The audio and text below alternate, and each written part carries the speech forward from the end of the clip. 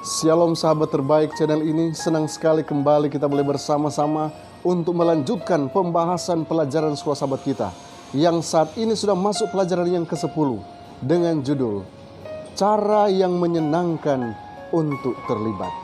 Saudara rindu terlibat dalam pelayanan ini? Mari kita bahas bersama-sama. Tapi sebelumnya saya mau ajak kita tunduk kepala, kita berdoa. Bapa di sorga, urapan kuasa sorga kiranya menjadi bagian hamba-Mu, menjadi bagian semua anak-anak Tuhan yang mendengarkan channel ini, sehingga mereka boleh memahami akan prinsip yang benar di dalam pelayanan, lebih khusus di dalam menjangkau jiwa-jiwa. Berfirmanlah Tuhan, kami siap mendengarkannya. Dalam nama Yesus, amin. Saudara, sepanjang sepekan kita sudah mempelajari satu fokus pelajaran yang berhubungan dengan small group. Ayat hafalan kita sepanjang sepekan diambil dari Matius pasal 9 ayat 37 dan 38. Firman Tuhan berkata seperti ini. Maka katanya kepada murid-muridnya, tuaian memang banyak tetapi pekerja sedikit. Karena itu, mintalah kepada Tuhan yang empunya tuaian supaya ia mengirimkan pekerja-pekerja untuk tuaian itu. Saudaraku, ada cara yang menarik untuk terlibat di dalam pertumbuhan gereja dan dalam pemberitaan Injil, yaitu dengan kelompok-kelompok kecil. Saudara, kelompok kecil ini alkitabiah, saudaraku. Tuhan telah memilih kelompok-kelompok kecil untuk memperkuat iman kita, untuk membantu kita memahami firman-Nya dengan lebih baik, bahkan untuk meningkatkan kebiasaan-kebiasaan berdoa kita dan mengajari kita bagaimana bersaksi. Saudara, mari kita ringkaskan pelajaran sahabat kita dengan beberapa poin penting. Yang pertama, kelompok kecil, ide Allah yang pertama. Benarkah kelompok kecil ini adalah ide langsung dari sorga? Kejadian 1:26 berkata, berfirmanlah Allah, baiklah kita menjadikan manusia menurut gambar dan rupa kita, supaya mereka berkuasa atas ikan-ikan di laut dan burung-burung di udara dan atas ternak dan atas seluruh bumi dan atas segala binatang melata yang merayap di bumi. Ada 3 pribadi Tuhan yang berkumpul sebagai kelompok kecil sebelum menciptakan dunia. Tujuan mereka adalah merencanakan dan melaksanakan penciptaan manusia dan lingkungannya. Mereka bahkan merancang rencana alternatif. Jika manusia memutuskan untuk menjauh dari Tuhan, maka ada rencana penebusan di sana. Kita akan melihat bagaimana kelompok kecil berkumpul dengan satu atau beberapa tujuan. Dalam peristiwa dengan Tuhan ini, pertemuan pertama mereka adalah pertemuan perencanaan. Dan pertemuan berikutnya difokuskan di dalam memenuhi rencana tertentu. Selain itu, setiap kelompok pasti memiliki tujuan utama untuk memenangkan jiwa bagi kerajaan sorga. Saudara, ternyata tujuan utama kelompok kecil adalah untuk memenangkan jiwa bagi kerajaan Allah. Dan ini adalah ide dari sorga yang perlu kita realisasikan di dalam kehidupan nyata. Kemudian poin yang kedua, kelompok kecil dalam Alkitab. Keluaran 18 ayat 25 berkata, dari seluruh orang Israel, Musa memilih orang-orang cakap dan mengangkat mereka menjadi kepala atas bangsa itu. Menjadi pemimpin 1000 orang, pemimpin 100 orang, pemimpin 50 orang, dan pemimpin 10 orang. Saudara, ketika orang-orang Israel keluar dari Mesir, Musa membagi orang-orang ini di kemah-kemah menurut suku-suku dan menurut keluarga-keluarga mereka.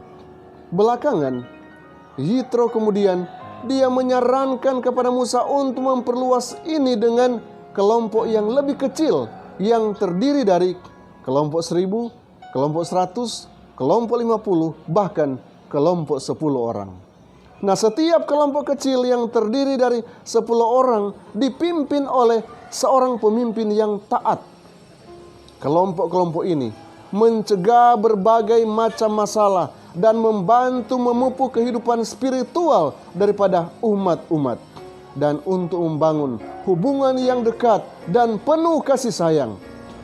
Saudara, metode ini dahulu dan masih merupakan metode yang efektif sampai saat ini untuk persaudaraan, bahkan untuk pertumbuhan spiritual dan untuk menyelesaikan setiap masalah yang muncul dalam sebuah kelompok.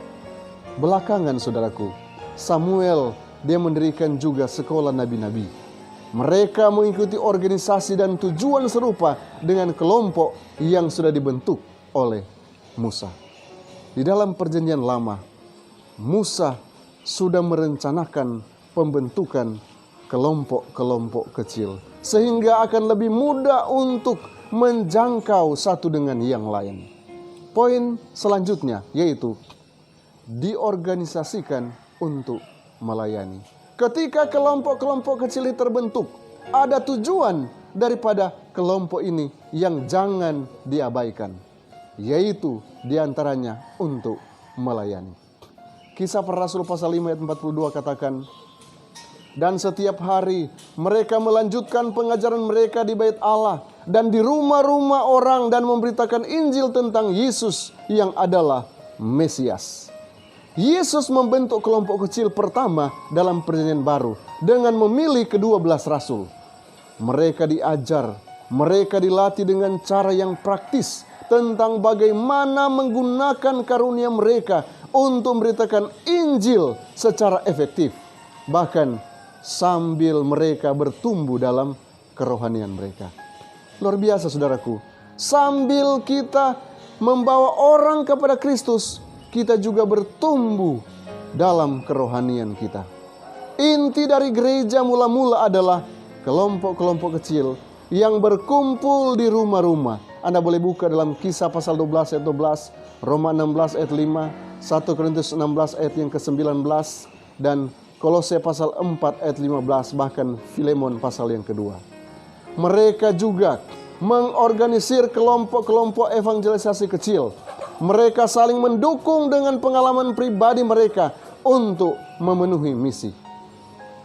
Berkat kelompok kecil ini saudaraku, Injil dengan cepat menyebar ke seluruh dunia di mana banyak orang yang mengenal Kristus. Anda boleh buka dalam Kisah Para Rasul pasal yang ke-15 ayat yang ke-39 sampai 41.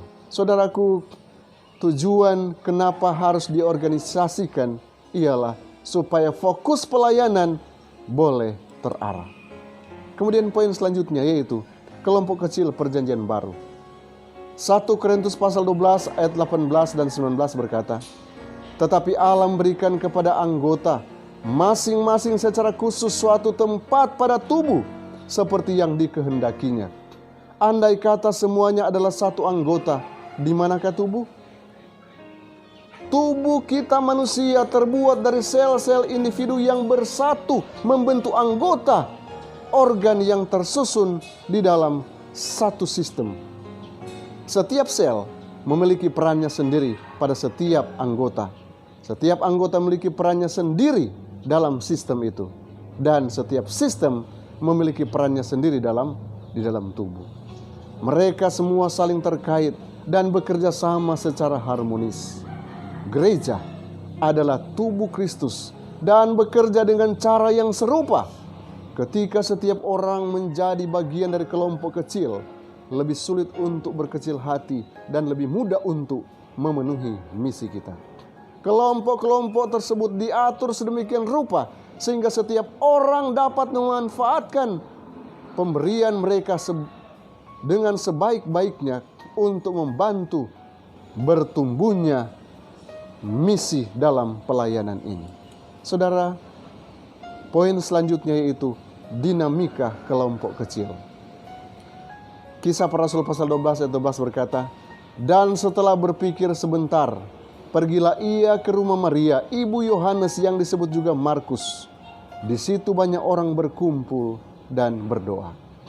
Tuhan menggunakan kelompok-kelompok kecil, saudaraku, untuk membuat gereja bertumbuh dengan memelihara iman orang-orang percaya dan mengajar mereka bagaimana bersaksi tentang Yesus. bahkan setiap kelompok memiliki tujuan utama memimpin orang kepada Yesus, meskipun setiap kelompok mungkin memiliki dinamika yang berbeda sesuai dengan tujuan yang spesifik. Beberapa contoh daripada tujuan spesifik itu, yaitu pertama, mungkin menjadi perantara bagi orang lain. Ada yang bertujuan berdoa untuk masalah-masalah umum yang terjadi. Kemudian menghabiskan waktu yang berkualitas bersama-sama, mempelajari firman bersama-sama, pelatihan untuk pelayanan, bahkan belajar bagaimana membagikan Injil dan melakukan suatu pengabdian bagi masyarakat. Dan juga kita berpartisipasi di dalam kegiatan misionaris ini. Saudara, ini bukan sekedar daftar saja yang lengkap, tetapi setiap gereja lokal harus merencanakan kelompok kecil yang terbaik dengan tujuan yang spesifik sesuai dengan ciri khas di tempat itu.